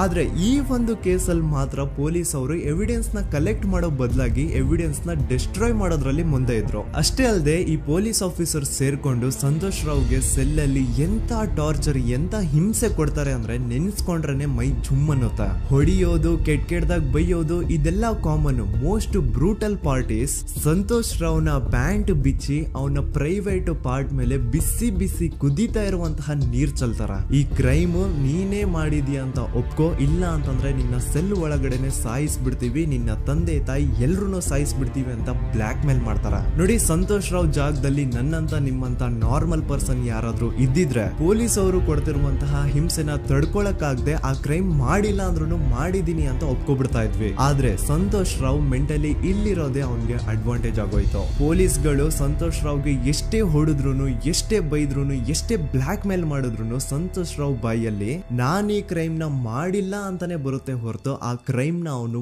ಒಪ್ಕೊಳ್ಳೋದೇ ಇಲ್ಲ. ದೆನ್ ಕೋರ್ಟ್ ಟ್ರಯಲ್ಸ್ ಸ್ಟಾರ್ಟ್ ಆಗುತ್ತೆ. ಈ ಕ್ರೈಮ್ ನ ಸಂತೋಷೇ ಮಾಡಿದಾನೆ ಅಂತ ಸೌಜನ್ಯ ಕಡೆಯ ಲಾಯರ್ ವಾದ ಮಾಡ್ತಾನೆ. ಅದಕ್ಕೆ ಆಪೋಸಿಟ್ ಆಗಿ ಸಂತೋಷ್ ರಾವ್ ಕಡೆಯಿಂದ ಒಬ್ರು ಲಾಯರ್ ಇಲ್ಲ, ಸಂತೋಷ್ ರಾವ್ ಈ ಕ್ರೈಮ್ ನ ಮಾಡ್ಲಿಕ್ಕೆ ಸಾಧ್ಯನೇ ಇಲ್ಲ ಅಂತ ವಾದ ಮಾಡ್ತಿರ್ತಾರೆ. ಅಂಡ್ ಕೋರ್ಟ್ ಇಂದ ಆಚೆಗಡೆ ಸಂತೋಷ್ ರಾವ್ ನ ಅಗೇನ್ಸ್ಟ್ ಸ್ಟೂಡೆಂಟ್ಸ್ ಪ್ರೊಟೆಸ್ಟ್ ನಡೆಯುತ್ತೆ, ಪಬ್ಲಿಕ್ ಪ್ರೊಟೆಸ್ಟ್ ನಡೆಯುತ್ತೆ. ಅರೆಸ್ಟ್ ಆಗಿರುವಂತಹ ಸಂತೋಷ್ ರಾವ್ಗೆ ಗಲ್ಲಿಗೇರಿಸ್ರಿ ಅಂತ ಅವ್ರು ಡಿಮ್ಯಾಂಡ್ ಮಾಡ್ತಿರ್ತಾರೆ. ಸೊ ಹೀಗೆ ಒಂದು 2-3 ವರ್ಷ ಕಳೆದು ಹೋಗುತ್ತೆ. ನಂತರ ಒಂದು ಕೋರ್ಟ್ ಟ್ರಯಲ್ ಅಲ್ಲಿ ಸಂತೋಷ್ ರಾವ್ ಪರವಾಗಿ ಹೋರಾಡ್ತಿದ್ದಂತಹ ಲಾಯರ್ ಯಾಕೆ ಈ ಕೇಸ್ ಅಲ್ಲಿ ಸಂತೋಷ್ ಆರೋಪಿ ಅಲ್ಲ ಅಂತ ಪ್ರೂವ್ ಮಾಡ್ಲಿಕ್ಕೆ ಕೆಲವೊಂದು ಪಾಯಿಂಟ್ಸ್ ನ ಮುಂದೆ ಇಡ್ತಾರೆ. ಅದೇನಂತಂದ್ರೆ, ಮೊದಲನೇದಾಗಿ ಸಂತೋಷ್ ರಾವ್ ಈ ಕ್ರೈಮ್ ನ ಮಾಡಿದಾನೆ ಅಂತ ಒಬ್ರು ಒಂದು ಐ ವಿಟ್ನೆಸ್ ಇರಲ್ಲ. ಇನ್ನೊಂದೇನು ಅಂತಂದ್ರೆ, ಯಾವೊಂದು ಕಂಡೀಷನ್ ಅಲ್ಲಿ, ಯಾವೊಂದು ಬ್ರೂಟಲ್ ಕಂಡೀಷನ್ ಅಲ್ಲಿ ಸೌಜನ್ಯನ ಬಾಡಿ ಸಿಕ್ಕಿತ್ತೋ ಅದನ್ನ ಗಮನದಲ್ಲಿಟ್ಕೊಂಡು ಸ್ವಲ್ಪ ಪ್ರಾಕ್ಟಿಕಲ್ ಆಗಿ ಥಿಂಕ್ ಮಾಡಿದ್ರೆ ಆ ಒಂದು ಭೀಕರ ಕ್ರೈಮ್ ನ ಒಬ್ನೇ ಮಾಡ್ಲಿಕ್ಕೆ ಸಾಧ್ಯನೇ ಇಲ್ಲ. ಇನ್ನೊಂದು ಪಾಯಿಂಟ್ ಏನು ಅಂತಂದ್ರೆ, ಸೌಜನ್ಯನ ಇಂದ ಪೊಲೀಸ್ ಅವ್ರಿಗೆ ಯಾವುದೇ ಸ್ಪರ್ಮ್ ಸ್ಯಾಂಪಲ್ ಸಿಗ್ಬಾರ್ದು ಅಂತ 6 ಇಂಚು ಅಷ್ಟು ಮಣ್ಣು ಹಾಕಿರ್ತಾರ. ಸೊ ಈಗ ನೀವೇ ಹೇಳಿ, ಮೆಂಟಲಿ ಇಲ್ಲಿರುವಂತಹ ಪರ್ಸನ್ಗೆ ಇಷ್ಟೊಂದು ಬುದ್ಧಿವಂತಿಕೆ ಇರುತ್ತಾ ಅನ್ಕೊಳ್ಳಿ. ಅಷ್ಟೊಂದು ಬುದ್ಧಿವಂತಿಕೆ ಅವ್ನಿಗಿದ್ರು ಆ ಕ್ರೈಮ್ ಮಾಡಾದ್ಮೇಲೆ ಅವನ ಆ ಊರಿಂದ ಓಡ್ ಹೋಗ್ಬೋದಾಗಿತ್ತು. ಆದ್ರೆ ಮತ್ತ್ಯಾಕೆ ಅವನು ಅದೇ ಊರಲ್ಲೇ ಇರ್ತಾನೆ. ಅಂಡ್ ಸೌಜನ್ಯ ಕೊನೆಯದಾಗಿ ಪ್ರಕೃತಿ ಹಾಸ್ಪಿಟಲ್ ಮುಂದ್ಗಡೆಯಿಂದ ನಡ್ಕೊಂಡು ಹೋಗ್ತಾ ಇರ್ಬೇಕಾದ್ರೆ ಆ ಪ್ರಕೃತಿ ಹಾಸ್ಪಿಟಲ್ ನ ಸೆಕ್ಯೂರಿಟಿ ಗಾರ್ಡ್ ನೋಡ್ತಾನೆ. ಅಂಡ್ ಪ್ರಕೃತಿ ಹಾಸ್ಪಿಟಲ್ ನ ಆಚೆಗಡೆ CCTV ಕ್ಯಾಮೆರಾನು ಇರುತ್ತೆ. ಸಡನ್ಲಿ ಆ CCTV ಫುಟೇಜ್ ಕೂಡ ಕಾಣೆ ಆಗ್ಬಿಡುತ್ತಾ. ಇನ್ನೊಂದೇನು ಅಂತಂದ್ರೆ, ಸೌಜನ್ಯ ಮರ್ಡರ್ ಆಗಿದ್ದು ನೆಕ್ಸ್ಟ್ ದಿನಾನೇ ಪೊಲೀಸ್ ಅವರು ಆರೋಪಿನ ಹಿಡಿದ್ರು. ಸೊ ಹಾಗಿದ್ದಾಗ ಆ ಕಲೆಕ್ಟ್ ಮಾಡಿರುವಂತಹ ಸ್ಪರ್ಮ್ ಸ್ಯಾಂಪಲ್ಸ್ ನ ಲ್ಯಾಬ್ ಗೆ ಕಳಿಸಿ ಇವನೇ ಆರೋಪಿ ಅಂತ ಕನ್ಫರ್ಮ್ ಮಾಡೋ ಬದಲಾಗಿ ಯಾಕೆ ಪೊಲೀಸ್ ಅವರು ಆ ಸ್ಪರ್ಮ್ ಸ್ಯಾಂಪಲ್ಸ್ ನ ತಮ್ಮ ಹತ್ರನೇ ಇಟ್ಕೊಂಡು 12 ದಿನವರೆಗೂ ಅದಕ್ಕೆ ಫಂಗಸ್ ಹಿಡಿಯೋವರೆಗೂ ಕಾದು ಆಮೇಲೆ ಅದನ್ನ ಲ್ಯಾಬ್ ಕಳಿಸಿದ್ರು. ಅಂಡ್ ಮೇನ್ ಇಂಪಾರ್ಟೆಂಟ್ ಆಗಿ ಸಂತೋಷ್ ರಾವ್ಗೆ ಒಂದು ಗುಪ್ತ ರೋಗ ಇರುತ್ತೆ, ಅದೇ ಫಿಮೋಸಿಸ್ ಅಂತ. ಈ ಕಾಯಿಲೆ ಏನು ಅಂತ ನಾನು ಈ ವಿಡಿಯೋದಲ್ಲಿ ಡೀಟೇಲ್ಡ್ ಆಗಿ ಎಕ್ಸ್ಪ್ಲೈನ್ ಮಾಡ್ಲಿಕ್ಕೆ ಆಗಲ್ಲ. ಜಸ್ಟ್ ತಿಳ್ಕೊಳ್ಳಿ, ಈ ಒಂದು ಕಾಯಿಲೆ ಇರೋರು ಇಂಟಿಮಸಿ ಮಾಡ್ಲಿಕ್ಕೆ ಆಗಲ್ಲ. ಇನ್ ಕೇಸ್ ಮಾಡಿದ್ರು ಅವರು ಸುಖ ಅಲ್ಲ ನರಕ ಕಾಣ್ತಾರ. ಸೊ ಇಷ್ಟೆಲ್ಲ ವ್ಯಾಲಿಡ್ ಪಾಯಿಂಟ್ಸ್, ಇಷ್ಟೆಲ್ಲ ಫ್ಯಾಕ್ಟ್ಸ್ ಕಣ್ ಮುಂದೆ ಇರಬೇಕಾದ್ರೆ ಸ್ಟಿಲ್ ಪೊಲೀಸ್ ಅವರು ಯಾಕೆ ಈ ಕ್ರೈಮ್ ನ ಸಂತೋಷ್ ರಾವೇ ಮಾಡಿದಾನೆ ಅಂತ ಇವನ್ ಹಿಂದೆ ಬಿದ್ದಿದ್ದಾರೆ. ಯಾಕೆ ಅವರು ಈ ಕ್ರೈಮ್ ಇವನ್ ಬಿಟ್ರೆ ಬೇರೆ ಯಾರಾದ್ರೂ ಮಾಡಿರ್ಬೋದಲ್ಲ ಅಂತ ಆ ಆಂಗಲ್ ಅಲ್ಲಿ ಇನ್ವೆಸ್ಟಿಗೇಷನ್ ಮಾಡ್ತಿಲ್ವಲ್ಲ ಅಂತ ಪೊಲೀಸ್ ಅವರ ಇನ್ವೆಸ್ಟಿಗೇಷನ್ ಮೇಲೆ ಈಗ ಕ್ವಶನ್ ಬರುತ್ತೆ. So after hearing all of this, ಎಲ್ಲರಿಗೂ ಈಗ ಪೊಲೀಸ್ ಅವರ ಇನ್ವೆಸ್ಟಿಗೇಷನ್ ಇನ್ವೆಸ್ಟಿಗೇಷನ್ ಮೇಲೆ ಡೌಟ್ ಬರುತ್ತೆ. ಅಂಡ್ ಈವನ್ ಸೌಜನ್ಯ ಅವ್ರ ಮನೆಯವರು ಕೂಡ ನಿಜವಾದ ಆರೋಪಿ ಸಂತೋಷ್ ಅಲ್ಲ ಅಂತ ತಮ್ಮ ಅಭಿಪ್ರಾಯನ ವ್ಯಕ್ತಪಡಿಸ್ತಾರೆ. ಆಗ ಅಲ್ಲಿವರೆಗೂ ಸಂತೋಷ್ ರಾವ್ನ ಗಲ್ಲಿಗೇರಿಸಿ ಅಂತ ಏನು student protest and public protest ಎಲ್ಲ ನಡೀತಾ ಇತ್ತು, ಈಗ ಅದೆಲ್ಲ ನಿಂತು ಹೋಗಿ ಎಲ್ಲಾ ಹೇಟ್ರೇಡ್ ಪೊಲೀಸ್ ಅವ್ರ ಕಡೆಗೆ ಹೋಗುತ್ತೆ. ಪೊಲೀಸ್ ಅವರು ಈ ಕೇಸಲ್ಲಿ ಕರಪ್ಟ್ ಆಗಿದ್ದಾರೆ, ಪೊಲೀಸ್ ಅವರೇ ಸತ್ಯ ಮುಚ್ಚಿಡ್ಲಿಕ್ಕೆ ಟ್ರೈ ಮಾಡ್ತಿದ್ದಾರೆ. ಹಾಗಾಗಿ ಈ ಕೇಸ್ ನ ಇನ್ಮುಂದೆ ಪೊಲೀಸ್ ಅವರಲ್ಲದೆ ಸಿಬಿಐ ಅವರು ಇನ್ವೆಸ್ಟಿಗೇಷನ್ ಮಾಡಬೇಕು, ಈ ಕೇಸ್ ನ ಸಿಬಿಐ ಒಪ್ಸಿ ಅಂತ ಅಗೇನ್ ಪ್ರೊಟೆಸ್ಟ್ ಗಳು ಸ್ಟಾರ್ಟ್ ಆಗ್ತವೆ. ಸೊ ಧರ್ಮಸ್ಥಳದಲ್ಲಿ ಇಷ್ಟೊಂದು ಹೋರಾಟಗಳಾಗ್ತಿದಾವೆ, ಒಬ್ಳು ಹುಡುಗಿ ಜೊತೆ ಇಷ್ಟೊಂದು ಅನ್ಯಾಯ ಆಗಿದೆ, ಆದ್ರೂ ಸಹ ಧರ್ಮಾಧಿಕಾರಿ ಏನು ಮಾತೇ ಆಡ್ತಿಲ್ವಲ್ಲ ಈ ಹುಡುಗಿ ಬಗ್ಗೆ ಅಂತ ಜನರು ಪ್ರಶ್ನೆ ಮಾಡಿದಾಗ ಆಗ ಧರ್ಮಾಧಿಕಾರಿನೂ ಜನರು ಮುಂದೆ ಬಂದ್ಬಿಟ್ಟು ಈ ಕೇಸ್ ನ ಸಿಬಿಐ ಒಪ್ಸಿ ಅಂತ ಹೋರಾಟ ಮಾಡ್ತಾರ. ನಂತರ ಈ ಒಂದು ಕೇಸು ಪೊಲೀಸ್ ಅವರಿಂದ ಸಿಬಿಐ ಕೈಗೆ ಹೋಗುತ್ತೆ. ಸಿಬಿಐ ಕೈಗೆ ಹೋಗಿದ ತಕ್ಷಣ ಇಲ್ಲೇನು ಸತ್ಯ ಹೊರಗೆ ಬಂದಿಲ್ಲ. ಆ ಸಿಬಿಐ ಅವರು 3-4 ವರ್ಷ ಟೈಮ್ ತಗೊಂಡು ಮತ್ತೆ ಈ ಒಂದು ಕೇಸ್ ನ ರೀ ಇನ್ವೆಸ್ಟಿಗೇಷನ್ ಮಾಡ್ತಾರ. ಆದ್ರೆ ಅಲ್ಲೇನು ಇನ್ವೆಸ್ಟಿಗೇಷನ್ ಮಾಡ್ಲಿಕ್ಕೆ ಉಳ್ದೇ ಇರಲ್ಲ. ಆ ಪೊಲೀಸ್ ಅವರು ಅವ್ರ ಕೈಯಲ್ಲಿ ಈ ಕೇಸ್ ಇದ್ದಷ್ಟು ದಿನ ಎಷ್ಟಾಗುತ್ತೋ ಅಷ್ಟು ಎವಿಡೆನ್ಸ್ ನ ಡಿಸ್ಟ್ರಾಯ್ ಮಾಡ್ಬಿಟ್ಟಿರ್ತಾರ. ಸೊ ಹಾಗಾಗಿ ಅಲ್ಲಿ ಸಿಬಿಐ ಅವ್ರಿಗೆ ಇನ್ವೆಸ್ಟಿಗೇಷನ್ ಮಾಡ್ಲಿಕ್ಕೆ ಏನ್ ಉಳ್ದೇ ಇರಲ್ಲ. ಆದ್ರೂ ಸ್ಟಿಲ್ ಅವರು 3-4 ಇಯರ್ಸ್ ಟೈಮ್ ತಗೊಂಡು ನಂತರ ಫೈನಲಿ ಒಂದು ರಿಪೋರ್ಟ್ ನ ಕೋರ್ಟ್ ಗೆ ಸಬ್ಮಿಟ್ ಮಾಡ್ತಾರ. ಅಂಡ್ ಸಿಬಿಐ ಅವರು ಕೋರ್ಟ್ ಗೆ ಸಬ್ಮಿಟ್ ಮಾಡಿರುವಂತಹ ಆ ಒಂದು ರಿಪೋರ್ಟ್ ಅಲ್ಲಿ ಏನಿತ್ತು ಅಂದ್ರೆ ಸಿಬಿಐ ಇನ್ವೆಸ್ಟಿಗೇಷನ್ ಕನ್ಫರ್ಮ್ಸ್ ದಟ್ ಈ ಒಂದು ಕ್ರೈಮ್ ನ ಸಂತೋಷ್ ರಾವ್ ಮಾಡಿದಾನೆ ಅಂತ. ಆದ್ರೆ ಐರಾನಿ ಈಸ್ ಇದೇ ಒಂದು ರಿಪೋರ್ಟ್ ಅಲ್ಲಿ ಇವ್ರು ಏನ್ ಹೇಳ್ತಾರೆ ಅಂದ್ರೆ ಅವ್ರಿಗೆ ಯಾವುದೇ ತರ ಎವಿಡೆನ್ಸ್ ಸಿಕ್ಕಿಲ್ಲ ಅಂತ. ಯಾಕಂದ್ರೆ ಈ ಸೌಜನ್ಯ ಕೇಸ್ ಪೊಲೀಸ್ ಅವ್ರ ಕೈಯಲ್ಲಿ ಇದ್ದಾಗ ಪೊಲೀಸ್ ಅವರು ತಮ್ಮ ನಿರ್ಲಕ್ಷ್ಯದಿಂದ ಎಲ್ಲಾ ಎವಿಡೆನ್ಸ್ ನ ಕಳ್ಕೊಂಡ್ಬಿಟ್ಟಿರ್ತಾರ. ಅಂತದ್ರಲ್ಲಿ ಯಾವ ಒಂದು ಆಧಾರದ ಮೇಲೆ ಇವರು ಸಂತೋಷ್ ರಾವ್ ಈ ಕ್ರೈಮ್ ನ ಮಾಡಿದ್ದಾರೆ ಅಂತ ಕ್ವಶನ್ ಮಾಡಿದಾಗ ಸಿಬಿಐ ಅವ್ರ ಕಡೆಯಿಂದ ನೋ ಆನ್ಸರ್. ನೋಡಿ, ಮೊದ್ಲು ಈ ಒಂದು ಕೇಸ್ ನ ಪೊಲೀಸ್ ಅವರು ಇನ್ವೆಸ್ಟಿಗೇಷನ್ ಮಾಡಿ ನಂತರ ಈ ಒಂದು ಕೇಸು ಸಿಬಿಐ ಅವ್ರ ಕೈಗೆ ಹೋಗಿ ಅವರು 3-4 ವರ್ಷ ಟೈಮ್ ತಗೊಂಡು ಇನ್ವೆಸ್ಟಿಗೇಷನ್ ಮಾಡಿ ದೆನ್ ಫೈನಲ್ ರಿಪೋರ್ಟ್ ನ ಕೋರ್ಟ್ ಗೆ ಸಬ್ಮಿಟ್ ಮಾಡೋಷ್ಟ್ರಲ್ಲಿ ಸುಮಾರು 5-6 ವರ್ಷ ಕಳೆದು ಹೋಗಿರುತ್ತೆ. ಅಂಡ್ ಸ್ಟಿಲ್ ಈ ಒಂದು ಕೇಸ್ ಅಲ್ಲಿ ಏನೂ ಕನ್ಕ್ಲೂಷನ್ ಸಿಕ್ಕಿರಲ್ಲ. ಎವ್ರಿ ಇಯರ್ ಸೌಜನ್ಯನ ಬರ್ತ್ಡೇ ಇದ್ದಾಗ ಅಥವಾ ತಿಥಿ ಇದ್ದಾಗ ಅವಳನ್ನ ನೆನೆಸ್ಕೊಂಡು ಅವಳ ಹೆಸರಲ್ಲಿ public protest and student protest ನಡೀತಾನೆ ಇರ್ತವೆ. ಸೊ ಒಂದು ದಿನ ಈ ಒಂದು ಪ್ರೊಟೆಸ್ಟ್ ಗಳ ನ್ಯೂಸ್ ಗಿರೀಶ್ ಮುಟ್ಟಣ್ಣನವರ ಗಮನಕ್ಕೆ ಬರುತ್ತೆ. ಯಾರೀ ಗಿರೀಶ್ ಮುಟ್ಟಣ್ಣನವರ ಅಂದ್ರೆ ಇವರು very honest X police man. ನೀವು ನಂಬಲ್ಲ, ಇವ್ರು ಪೊಲೀಸ್ ಆಫೀಸರ್ ಇದ್ದಾಗ ಪಬ್ಲಿಕ್ ಅಲ್ಲಿ ಒಬ್ಬ MLA ಹೊಡೆದಿರ್ತಾರ. ಅಷ್ಟೇ ಅಲ್ಲ, ಪೊಲೀಸ್ ಡಿಪಾರ್ಟ್ಮೆಂಟ್ ಅಲ್ಲಿ ಕರಪ್ಷನ್ ಇದೆ, ಕರಪ್ಷನ್ ಇದ್ದಿದ್ ಕಡೆ ನಾನ್ ಇರಲ್ಲ ಅಂತ ಹೇಳ್ಬಿಟ್ಟು ತಮ್ಮ ಪೊಲೀಸ್ ಡ್ಯೂಟಿನ ಬಿಟ್ಬಿಟ್ಟು ಈಗ ಸಮಾಜದಲ್ಲಿ ಏನೇ ಅನ್ಯಾಯ ಆಗಿದ್ರು ಅದ್ರ ಅಗೇನ್ಸ್ಟ್ ವಾಯ್ಸ್ ರೈಸ್ ಮಾಡ್ತಿದಾರ. ಸೊ ಈ ಗಿರೀಶ್ ಮುಟ್ಟಣ್ಣನವರಿಗೆ ಸೌಜನ್ಯ ಕೇಸ್ ಬಗ್ಗೆ ಗೊತ್ತಾದಾಗ ಅವ್ರಿಗೆ ಈ ಕೇಸು ತುಂಬಾನೇ ಕಾಡುತ್ತೆ. ಅಲ್ಲ, ಇಷ್ಟೊಂದು ವರ್ಷಗಳಾಗೋಯ್ತು ಆ ಹುಡುಗಿ ಜೊತೆ ಅನ್ಯಾಯ ಆಗಿ, ಸ್ಟಿಲ್ ಈ ಒಂದು ಕೇಸ್ ನ ಕನ್ಕ್ಲೂಷನ್ ಸಿಕ್ತಿಲ್ವಲ್ಲ, ಏನ್ ನಡೀತಿದೆ ಧರ್ಮಸ್ಥಳದಲ್ಲಿ ಅರ್ಥ ಆಗ್ತಿಲ್ವಲ್ಲ ಅಂತ ಈ ಗಿರೀಶ್ ಅವರು ತಮ್ಮ ಹಳೆ ಪೊಲೀಸ್ ಕಾಂಟ್ಯಾಕ್ಟ್ಸ್ ನ ಯೂಸ್ ಮಾಡ್ಕೊಂಡು ಆ ಸೌಜನ್ಯ ಕೇಸ್ ಫೈಲ್ ನ ಒಂದು ಕಾಪಿನ ತಮ್ಮ ಹತ್ರ ತರಿಸ್ಕೋತಾರ. ಆ ಒಂದು ಕೇಸ್ ಫೈಲ್ ಅಲ್ಲಿ ಸೌಜನ್ಯ ಬಗ್ಗೆ ಅಷ್ಟೇ ಅಲ್ಲದೆ ಸಂತೋಷ್ ರಾವ್ ಬಗ್ಗೆನೂ ಇನ್ಫಾರ್ಮೇಶನ್ ಇರುತ್ತೆ. ಅಂಡ್ ಗಿರೀಶ್ ಅವರು ಸಂತೋಷ್ ಬಗ್ಗೆ ಇರುವಂತಹ ಇನ್ಫಾರ್ಮೇಶನ್ ನೋಡ್ತಾ ಇರ್ಬೇಕಾದ್ರೆ ಅವರು ಒಂದು ವಿಷಯನ ನೋಟಿಸ್ ಮಾಡ್ತಾರ. ಅದೇನಂತಂದ್ರೆ ಪೊಲೀಸ್ ಅವರು ಸಂತೋಷ್ ರಾವ್ನ ಬರೀ ಸೌಜನ್ಯ ಕೇಸಲ್ಲಿ ಒಂದೇ ಫಿಟ್ ಮಾಡಿರಲ್ಲ, ಸೌಜನ್ಯ ಸಾಯೋಕ್ಕಿಂತ 20 ದಿನ ಹಿಂದೆ ಧರ್ಮಸ್ಥಳದಲ್ಲೇ ನಡೆದಿರುವಂತಹ ಒಂದು ಕ್ರೈಮ್ ಅಲ್ಲಿನೂ ಸಹ ಸಂತೋಷ್ ರಾವ್ ಆರೋಪಿ ಅಂತ ಮೆನ್ಷನ್ ಮಾಡಿರ್ತಾರ. ಸೊ ಸೌಜನ್ಯ ಕೇಸ್ ಬಿಟ್ಟು ಆ ಇನ್ನೊಂದು ಕೇಸ್ ಯಾವುದು, ಅದಕ್ಕೂ ಸಂತೋಷ್ಗೂ ಏನ್ ಸಂಬಂಧ, ಅದ್ರಲ್ಲಿ ಯಾಕೆ ಸಂತೋಷ್ನ ಪೊಲೀಸ್ ಅವರು ಫಿಟ್ ಮಾಡಿದ್ರು ಅಂತ ಪ್ರತಿಯೊಂದು ಹೇಳ್ತೀನಿ. ಆದ್ರೆ ನಾನಿಲ್ಲಿ ಯಾರ್ದು ರಿಯಲ್ ನೇಮ್ಸ್ ನ ಬಳಸಲ್ಲ. ಯಾಕಂದ್ರೆ ಮುಂದೆ ಕೇಸಲ್ಲಿ ತುಂಬಾ ದೊಡ್ಡ ಪವರ್ಫುಲ್ ವ್ಯಕ್ತಿಗಳ ಹೆಸರುಗಳು ಬರ್ತವೆ. ಅಂಡ್ ನನ್ ವಿಡಿಯೋ ಯೂಟ್ಯೂಬ್ ಇಂದ ಡಿಲೀಟ್ ಆಗೋದು ನನ್ಗೆ ಇಷ್ಟ ಇಲ್ಲ. ಹಾಗಾಗಿ ನಾನಿಲ್ಲಿ ಯಾರ್ದು ರಿಯಲ್ ನೇಮ್ಸ್ ನ ಬಳಸ್ತಿಲ್ಲ. ಬಟ್ ಯಾರ ಬಗ್ಗೆ ಹೇಳ್ತಿದ್ದೀನಿ ಅಂತ ಒಂದ್ ಸ್ವಲ್ಪ ನೀವೇ ಅರ್ಥ ಮಾಡ್ಕೊಳ್ಳಿ. ನೋಡಿ, ಧರ್ಮಸ್ಥಳದಲ್ಲಿ ಮಾಫಿಯಾ ಕೈಂಡ್ ಆಫ್ ನಡೆಸ್ತಿರುವಂತಹ ಒಂದು ವೆರಿ ಪವರ್ಫುಲ್ ಗೌಡ್ರು ಕುಟುಂಬ ಇದೆ. ಇವ್ರ ಹತ್ರ ಬೇಜನ್ ಆಸ್ತಿ, ಬೇಜನ್ ದುಡ್ಡು, ಬೇಜನ್ ಪವರ್, ಬೇಜನ್ ಇನ್ಫ್ಲೂಯೆನ್ಸ್ ಎಲ್ಲಾನು ಇದೆ. ಆ ಊರಲ್ಲಿ ಈ ಗೌಡ್ರು ಕುಟುಂಬದ್ದು ಎಷ್ಟೊಂದು ಕಂಟ್ರೋಲ್ ಇದೆ ಅಂತಂದ್ರೆ ಅವ್ರನ್ನ ಎದುರು ಹಾಕೊಳ್ಳೋರೆ ಯಾರು ಇಲ್ಲ. ಅಂಡ್ ಈ ಒಂದು ಗೌಡ್ರು ಕುಟುಂಬ ಒಂದು ಪ್ರೈವೇಟ್ ಟ್ರಸ್ಟ್ ಹೆಸರಲ್ಲಿ ಒಂದು ವೆರಿ ಪಾಪ್ಯುಲರ್ ದೇವಸ್ಥಾನನ ಸುಮಾರು ವರ್ಷಗಳಿಂದ ತಲೆ ಮಾರುಗಳಿಂದನೂ ನಡ್ಸ್ಕೊಂಡ್ ಬಂದಿರ್ತಾರ. ಅದೇ ಒಂದು ದೇವಸ್ಥಾನದಲ್ಲಿ 60 ವರ್ಷ ವಯಸ್ಸಾಗಿರುವಂತಹ ನಾರಾಯಣ ಅನ್ನೋ ಒಬ್ಬ ವ್ಯಕ್ತಿ ಮಾವುತನಾಗಿ ಕೆಲಸ ಮಾಡ್ತಿರ್ತಾನೆ. ನಾರಾಯಣ ಅವ್ರ ತಂದೆನೂ ಅದೇ ದೇವಸ್ಥಾನದಲ್ಲಿ ಮಾವುತಾಗಿ ಕೆಲಸ ಮಾಡ್ತಾ ಇದ್ರು, ಅವ್ರ ತಂದೆನೂ ಅದೇ ದೇವಸ್ಥಾನದಲ್ಲಿ ಮಾವುತಾಗಿ ಕೆಲಸ ಮಾಡ್ತಾ ಇದ್ರು. ಸೊ ಹೀಗೆ ತಲೆ ಮಾರುಗಳಿಂದ ಮಾವುತಾಗಿನೇ ನಾರಾಯಣನ ಕುಟುಂಬ ಆ ಒಂದು ದೇವಸ್ಥಾನದಲ್ಲಿ ಕೆಲಸ ಮಾಡ್ತಾ ಇರುತ್ತೆ. ಸೊ ಒಮ್ಮೆ ತುಂಬಾ ವರ್ಷಗಳ ಹಿಂದೆ ನಾರಾಯಣ ಅವ್ರ ತಂದೆ ಆ ದೇವಸ್ಥಾನದಲ್ಲಿ ಮಾವುತಾಗಿ ಕೆಲಸ ಮಾಡ್ತಾ ಇರ್ಬೇಕಾದ್ರೆ ಆಗಿನ ದೇವಸ್ಥಾನದ ಧರ್ಮಾಧಿಕಾರಿ ಆ ಮಾವುತನ ಕೆಲ್ಸದ ಮೇಲೆ ಇರುವಂತಹ ನಿಷ್ಠೆ, ಅವನ ನಿಯತ್ತು ಅಂಡ್ ತಲೆಮಾರುಗಳಿಂದ ಅವರು ದೇವಸ್ಥಾನಕ್ಕೆ ಸಲ್ಲಿಸ್ತಿರುವಂತಹ ಸೇವೆನ ಮೆಚ್ಚಿ ಆ ಧರ್ಮಾಧಿಕಾರಿ ಆ ನಾರಾಯಣ ಅವ್ರ ತಂದೆ ಆ ಮಾವುತನಿಗೆ ಒಂದು ಜಮೀನ್ ಕೊಡ್ತಾರೆ ಆಸ್ ಎ ಗಿಫ್ಟ್ ಆಗಿ. ಸೊ ಈಗ ಫ್ಲಾಶ್ ಬ್ಯಾಕ್ ಇಂದ ಒಂದ್ ಸ್ವಲ್ಪ ಮುಂದೆ ಬರುವ 2010-11ರಲ್ಲಿ ಯಾವೊಂದು ಜಮೀನ ಆಗಿನ ಧರ್ಮಾಧಿಕಾರಿ ನಾರಾಯಣ ಅವ್ರ ತಂದೆಗೆ ಆಸ್ ಎ ಗಿಫ್ಟ್ ಆಗಿ ಕೊಟ್ಟಿದ್ರು, ಈಗ ನಾರಾಯಣ ಅವ್ರ ತಂದೆ ಸತ್ ಹೋಗಿ ಆ ಒಂದು ಜಮೀನು ನಾರಾಯಣ ಹೆಸರಿಗೆ ಆಗಿರುತ್ತೆ. ಅಂಡ್ ಆಗಷ್ಟೇ ಗೊತ್ತಾಗುತ್ತೆ ಆ ಜಮೀನ ವೆರಿ ಆಪೋಸಿಟ್ ಒಂದು ದೊಡ್ಡ ಹೈವೇ ಬರ್ತಿದೆ ಅಂಡ್ ಅದರಿಂದ ಜಮೀನ ರೇಟು 10 ಪಟ್ಟು ಜಾಸ್ತಿ ಆಗುತ್ತೆ ಅಂತ. ಸೊ ಈ ವಿಷಯ ಗೊತ್ತಾಗಿ ನೋಡಿ ದಾನ ಮಾಡದಂತಹ ಧರ್ಮಾಧಿಕಾರಿ ಅಂತೂ ಸತ್ ಹೋದ್ರು, ಆದ್ರೆ ಅವ್ರ ಮುಂದಿನ ಪೀಳಿಗೆ ಅವ್ರಿಗೆ ಈ ಜಮೀನ್ ಮೇಲೆ ಕಣ್ಬಿದ್ದು ನಾರಾಯಣ ಅವ್ರ ಹತ್ರ ಆ ಜಾಗನ ವಾಪಸ್ ಕೇಳ್ತಾರ. ಆದ್ರೆ ನಾರಾಯಣ ಕೊಡಲ್ಲ. ಇಲ್ಲ ನಾನ್ ಯಾಕೆ ಕೊಡ್ಲಿ, ನಮ್ ತಂದೆಯಿಂದ ಸಿಕ್ಕಿರುವಂತಹ ಜಮೀನ್ ಇದು, ನಮ್ ತಂದೆಯ ಕೊನೆ ಗುರುತು ಇದು ನನ್ನ ಹತ್ರ ಇರೋದು, ಸೊ ಇದನ್ನ ನಾನು ಯಾವುದೇ ಕಾರಣಕ್ಕೂ ಬಿಟ್ಕೊಡಲ್ಲ ಅಂತ ಆ ಗೌಡ್ರು ಕುಟುಂಬನ ನಾರಾಯಣ ಎದುರು ಹಾಕೋತಾರ.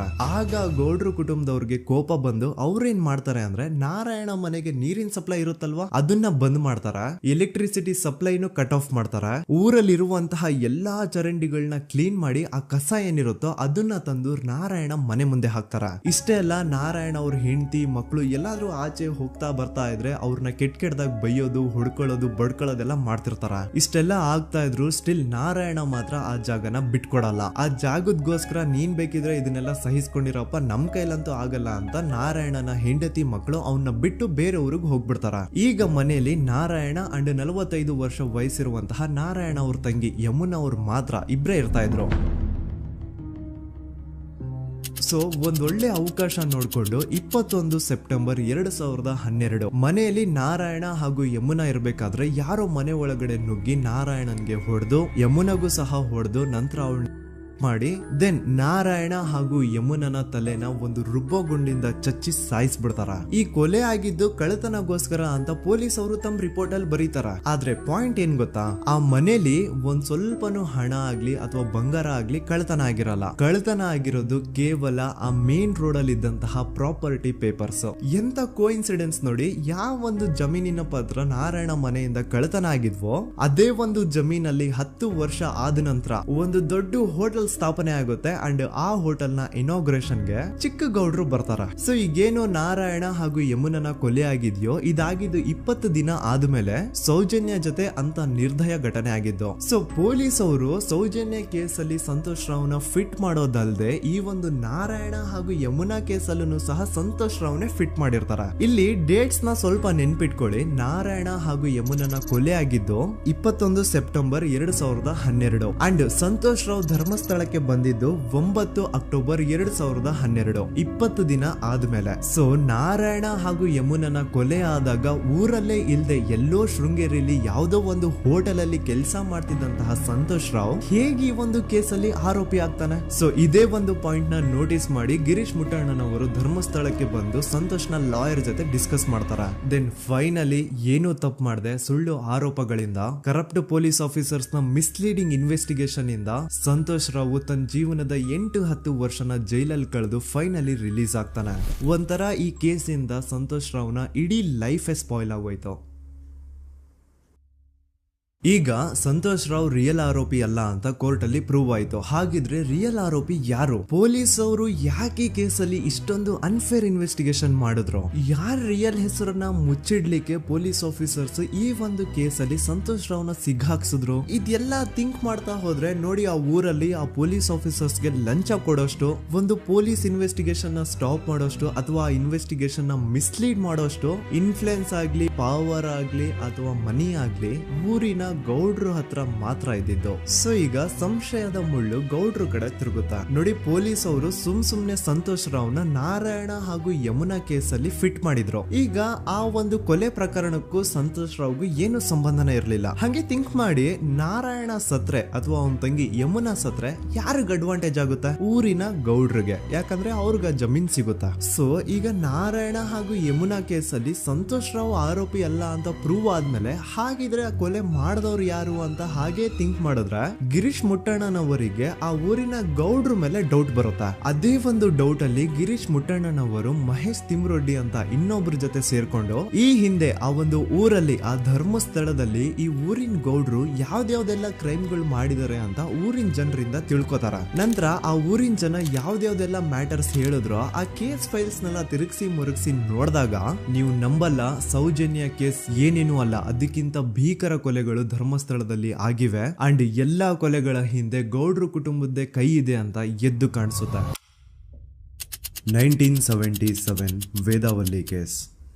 ಧರ್ಮಸ್ಥಳ ಹತ್ತಿರ SDM ಪ್ರೈಮರಿ ಅಂಡ್ ಹೈಸ್ಕೂಲ್ ಅಂತ ಒಂದು ಸ್ಕೂಲ್ ಇರುತ್ತೆ. ಅಂಡ್ ಈ ಒಂದು ಪ್ರೈವೇಟ್ ಸ್ಕೂಲ್ ಬೇರೆ ಯಾರ್ದು ಅಲ್ಲ, ಆ ಗೌಡ್ರು ಕುಟುಂಬದ. ಈ ಸ್ಕೂಲ್ ಅಲ್ಲಿ 1977 ಅಲ್ಲಿ ವೇದಾವಲ್ಲಿ ಅಂತ ಒಬ್ರು ಟೀಚರ್ ವರ್ಕ್ ಮಾಡ್ತಿರ್ತಾರ. ವೇದಾವಲ್ಲಿ ಆ ಟೀಚರ್ ಜಾಬ್ಗೆ ತುಂಬಾನೇ ಓವರ್ ಕ್ವಾಲಿಫೈಡ್. ಅವರ ಕ್ವಾಲಿಫಿಕೇಶನ್ಸ್ ನ ಗಮನದಲ್ಲಿ ಇಟ್ಕೊಂಡ್ರೆ ಅವ್ರಿಗೆ HM ಅಥವಾ ಪ್ರಿನ್ಸಿಪಲ್ ನ ಪೋಸ್ಟ್ ಸಿಗ್ಬೇಕು. ಆದ್ರೂ ಸಹ ವೇದಾವಲ್ಲಿ ಆಸ್ ಎ ಟೀಚರ್ ಆಗಿನೇ ಕೆಲಸ ಮಾಡ್ಕೊಂಡು ಹೋಗ್ತಿರ್ತಾರ. ಒಮ್ಮೆ ಏನಾಗುತ್ತೆ, ಸ್ಕೂಲ್ ಅಲ್ಲಿ ಪ್ರಿನ್ಸಿಪಲ್ ನ ಪೋಸ್ಟ್ ಖಾಲಿ ಆಗುತ್ತೆ ಅಂಡ್ ಆ ಒಂದು ಪೋಸ್ಟ್ ಗೆ ಎಲ್ರು ಏನ್ ಅನ್ಕೊಳ್ತಾರೆ, ವೇದಾವಲ್ಲಿನೇ ಸೆಲೆಕ್ಟ್ ಮಾಡೋದು ಅಂತ. ಆದ್ರೆ ವೇದಾವಲ್ಲಿಯ ಕ್ಯಾಸ್ಟ್ ಬೇರೆ ಇದೆ ಅನ್ನೋ ಒಂದೇ ಒಂದು ಕಾರಣಕ್ಕೆ ಆ ಪ್ರಿನ್ಸಿಪಲ್ ನ ಪೋಸ್ಟ್ ವೇದಾವಲ್ಲಿಗೆ ಸಿಗದೆ ಬೇರೆ ಯಾರನ್ನೋ ತಂದು ಕೂರಿಸ್ಬಿಟ್ಟಿರ್ತಾರ. ಇದ್ರಿಂದ ಟೀಚರ್ ವೇದಾವಲ್ಲಿಗೆ ತುಂಬಾ ಕೋಪ ಬಂದು ಅವ್ರ ಸ್ಕೂಲ್ ಮುಂದೆ ಪ್ರೊಟೆಸ್ಟ್ ಮಾಡೋದ್ ಸ್ಟಾರ್ಟ್ ಮಾಡ್ತಾರ. ಅಂಡ್ ಈ ವಿಷಯ ಸ್ಕೂಲ್ ನ ಓನರ್ಸ್ ಗೆ ಇಷ್ಟ ಆಗಲ್ಲ. ಸೊ ಅವರು ಆ ಕೋಪನ ಹಾಗೆ ಮನ್ಸಲ್ಲಿ ಇಟ್ಕೊಂಡಿರ್ತಾರ. ಒಮ್ಮೆ ಏನಾಗುತ್ತೆ, ಸ್ಕೂಲ್ ರಜೆ ಇರುತ್ತೆ, ವೇದಾವಲ್ಲಿ ಮನೇಲಿ ಇರ್ತಾರ ಅಂಡ್ ಅವ್ರ ಹಸ್ಬೆಂಡ್ ಡಾಕ್ಟರ್ ಅರಳೆ ಅವ್ರಿಗೆ ಯಾವ್ದೋ ಬೇರೆ ಊರಲ್ಲಿ ಒಂದು ಕಾಲೇಜ್ ಅಲ್ಲಿ ಸೆಮಿನಾರ್ ಏನೋ ಇರುತ್ತೆ. ಸೊ ಅವರು ಅಲ್ಲಿಗೆ ಹೋಗಿರ್ತಾರೆ. ಈಗ ಮನೇಲಿ ಇರೋದು ವೇದಾವಲ್ಲಿ ಒಂದೇ. ಇದೇ ಒಂದು ಅವಕಾಶನ ನೋಡ್ಕೊಂಡು ಯಾರೋ ವೇದಾವಲ್ಲಿ ಅವ್ರ ಮನೆಗೆ ನುಗ್ಗಿ ವೇದಾವಲ್ಲಿಗೆ ಹೊಡೆದು ನಂತರ ಅವ್ರನ್ನ ಜೀವಂತವಾಗಿ ಸುಟ್ಬಿಡ್ತಾರ. ಸ್ವಲ್ಪ ಹೊತ್ತು ನಂತರ ರಾತ್ರಿ ಆಗ್ತಿದ್ದಂಗೆ ಡಾಕ್ಟರ್ ಅರಳೆ ಅವರು ಮನೆಗೆ ವಾಪಸ್ ಬರ್ತಾರೆ ಅಂಡ್ ಮನೆ ಒಳಗಡೆ ಬಂದ್ ನೋಡಿದ್ರೆ ವೇದಾವಲ್ಲಿ ಅವರು ಸತ್ ಹೋಗಿ ಅವರ ಬಾಡಿ ಸುಟ್ ಹೋಗಿ ನೆಲದ ಮೇಲೆ ಬಿದ್ದಿದೆ. ಹೆಂಡತಿನ ಕಳ್ಕೊಂಡಿರುವಂತಹ ದುಃಖನ ಸೈಡ್ಗೆ ಇಟ್ಟು ಡಾಕ್ಟರ್ ಅರಳೆ ಅವರು ಮೊದ್ಲು ಪೊಲೀಸ್ ಸ್ಟೇಷನ್ ಹೋಗ್ಬಿಟ್ಟು ನಮ್ ಮನೆಗೆ ನಾನು ಇಲ್ದೇ ಇರುವಂತಹ ಸಮಯನ ನೋಡ್ಕೊಂಡು ಯಾರೋ ಮನೆ ಒಳಗಡೆ ನುಗ್ಗಿ ನನ್ನ ಹೆಂಡತಿನ ಹೊಡೆದು ನಂತರ ಅವಳನ್ನ ತುಂಬಾ ಭೀಕರವಾಗಿ ಸಾಯಿಸಿದರೆ ಅಂತ ಪೊಲೀಸ್ ಅವ್ರಿಗೆ ರಿಪೋರ್ಟ್ ಕೊಡಕ್ ಹೋದ್ರೆ ಅಲ್ಲಿ ಪೊಲೀಸ್ ಅವರು ಉಲ್ಟಾ ಡಾಕ್ಟರ್ ಅರಳೆ ಮೇಲೆನೆ FIR ಬರ್ದು ನೀನೇ ನಿನ್ ಹೆಂಡತಿನ ಸಾಯಿಸಿದ್ಯಾ, ನಾಟಕ ಮಾಡಬೇಡ ಅಂತ ಅವ್ರನ್ನೇ ಅರೆಸ್ಟ್ ಮಾಡ್ಬಿಡ್ತಾರ. ನಂತರ 2-3 ವರ್ಷ ಜೈಲಲ್ಲೇ ಇದ್ದು ಡಾಕ್ಟರ್ ಅರಳೆ ಅವರು ತಮ್ಮ ಫ್ರೆಂಡ್ಸ್ ಅಂಡ್ ಫ್ಯಾಮಿಲಿ ಮೂಲಕ ಎವಿಡೆನ್ಸ್ ನೆಲ್ಲ ಕಲೆಕ್ಟ್ ಮಾಡಿಸಿ ತಾನ ಕೊಲೆನ ಮಾಡಿಲ್ಲ, ತನ್ನ ಹೆಂಡತಿನ ಸಾಯಿಸಿಲ್ಲ ಅಂತ ಕೋರ್ಟ್ ಅಲ್ಲಿ ಪ್ರೂವ್ ಮಾಡ್ಕೊಂಡು ಜೈಲಿಂದ ರಿಲೀಸ್ ಆಗ್ತಾರ. ಸೊ ಈಗ ಡಾಕ್ಟರ್ ಅರಳೆ ಅವರು ಈ ಒಂದು ಕ್ರೈಮ್ ನ ಮಾಡಿಲ್ಲ ಅಂತಂದ್ರೆ ವೇದಾವಲ್ಲಿನ ಅಷ್ಟು ಭೀಕರವಾಗಿ ಸಾಯಿಸಿದವ್ರು ಯಾರು, ಈ ವಿಷಯ ಇವತ್ತಿನವರೆಗೂ ಗೊತ್ತಾಗಿಲ್ಲ.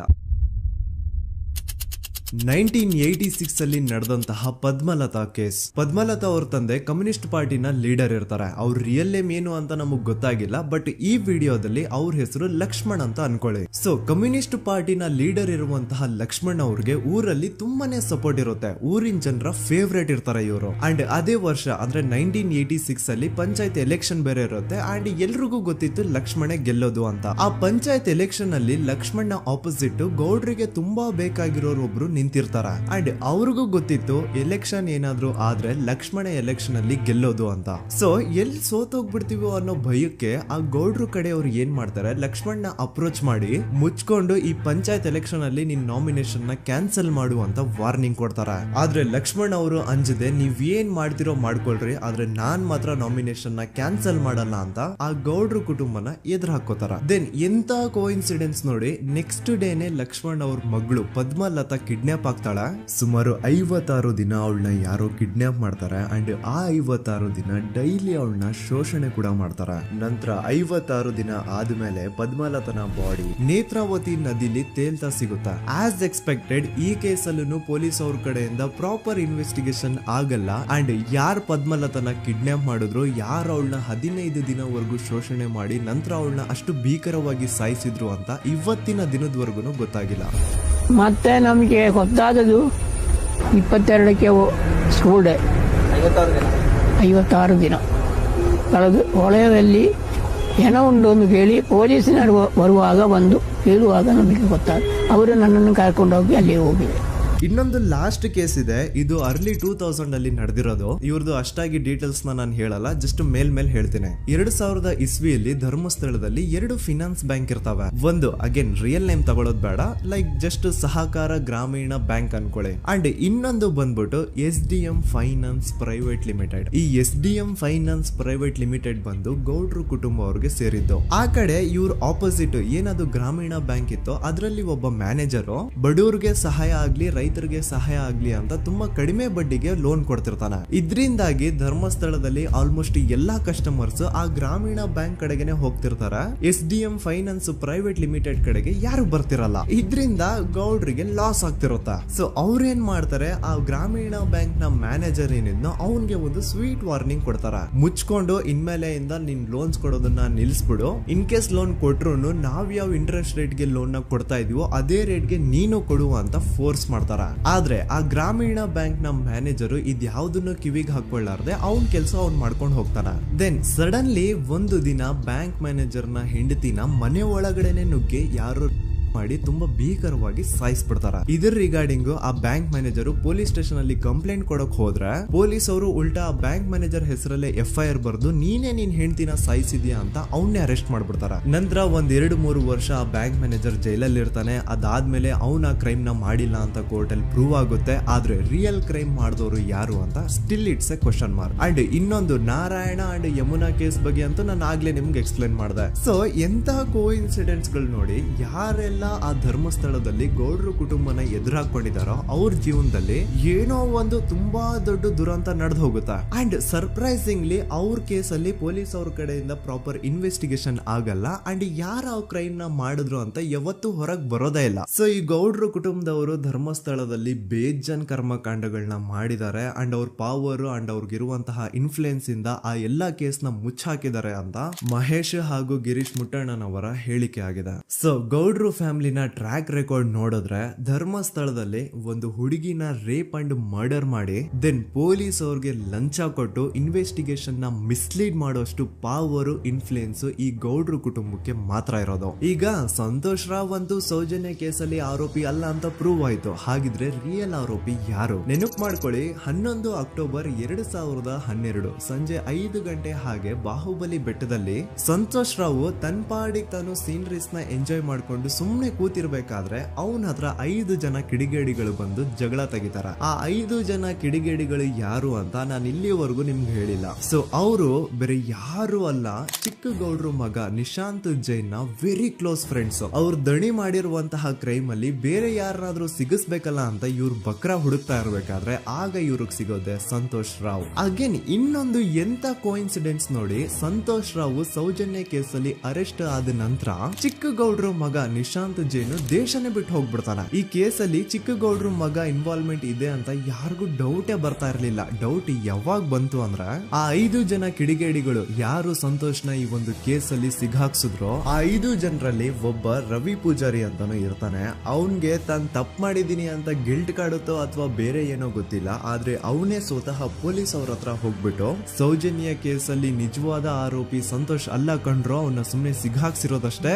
ನಿಜವಾದ ಆರೋಪಿಗಳು ಚಿಕ್ಕ ಗೌಡ್ರು ಮಗ ನಿಶಾಂತ್ ಜೈನ್ ಅಂಡ್ ಅವನ್ ಫ್ರೆಂಡ್ಸ್ ಸೂರಜ್, ಕಿರಣ್ ಅಂಡ್ ಕಣ್ಮಣಿ ಅಂತ. ಈ ಎಲ್ಲಾ ವಿಷಯನ ರವಿ ಪೂಜಾರಿ ಪೊಲೀಸ್ ಅವ್ರಿಗೆ ತಿಳಿಸ್ತಾನೆ. ಅಗೇನ್ ಎಂತ ಒಂದು ಕೋಇನ್ಸಿಡೆನ್ಸ್ ನೋಡಿ, ಈ ವಿಷಯಗಳನ್ನ ಊರಿನ ಜನರು ಮುಂದೆ ಹೇಳಿದಂತಹ ರವಿ ಪೂಜಾರಿ ಆಕಸ್ಮಿಕವಾಗಿ ಸತ್ ಹೋಗ್ಬಿಡ್ತಾನೆ. ಇವನು ಹೇಳಿದ್ದು ನಿಜ ಅಂತ ಜನರಿಗೆ ಯಾವಾಗ ಕನ್ಫರ್ಮ್ ಆಗುತ್ತೆ ಅಂದ್ರೆ ಸೌಜನ್ಯಗೆ ತುಂಬಾ ಹತ್ರವಾದವ್ರು ಒಬ್ರು ಯಶೋಧ ಅನ್ನೋರು ಕೋರ್ಟ್ ಅಲ್ಲಿ ಬಂದ್ಬಿಟ್ಟು ಸೌಜನ್ಯ ಕೊಲೆ ಆಗಿದ್ದ ದಿನ ಆ ಒಂದು ಸ್ಪಾಟ್ ಅಲ್ಲಿ ನಾನು ಈ 3 ಜನರನ್ನ ನೋಡಿದ್ದೆ ಅಂತ ಸಾಕ್ಷಿ ಹೇಳ್ತಾರೆ. ಈಗ ಎಲ್ಲಾ ಡಾಟ್ಸ್ ನ ಕನೆಕ್ಟ್ ಮಾಡ್ತಾ ಹೋದ್ರೆ ಸೌಜನ್ಯ ಕೇಸ್ ಒಂದೇ ಅಲ್ಲ, ನಾರಾಯಣ ಹಾಗೂ ಯಮುನಾ ಕೇಸಲ್ಲೂ, ವೇದವಲ್ಲಿ ಕೇಸಲ್ಲೂ, ಆ ಬ್ಯಾಂಕ್ ಮ್ಯಾನೇಜರ್ ನ ಕೇಸಲ್ಲೂ ಹಾಗೂ ಪದ್ಮಲತಾ ಕೇಸಲ್ಲೂ ಸೀದಾ ಡೈರೆಕ್ಟ್ ಡೌಟ್ ಬರೋದೆ ಊರಿನ ಗೌಡ್ರ ಮೇಲೆ. I really want to appreciate Kudla rampage YouTube channel, third eye YouTube channel, Girish ಮುಟ್ಟಣ್ಣನವರು ಸರ್ ಹಾಗೂ ಮಹೇಶ್ ಅವರು ಅಂಡ್ ಆಲ್ ಅದರ್ಸ್. ಇವರ ಕಾನ್ಸ್ಟೆಂಟ್ ಎಫರ್ಟ್ಸ್ ಇಂದಾನೆ ಸತ್ಯ ಏನಂತ 1 by 1 ಹೊರಗೆ ಬರ್ತಿದೆ. And they are trying their level best to catch real criminals.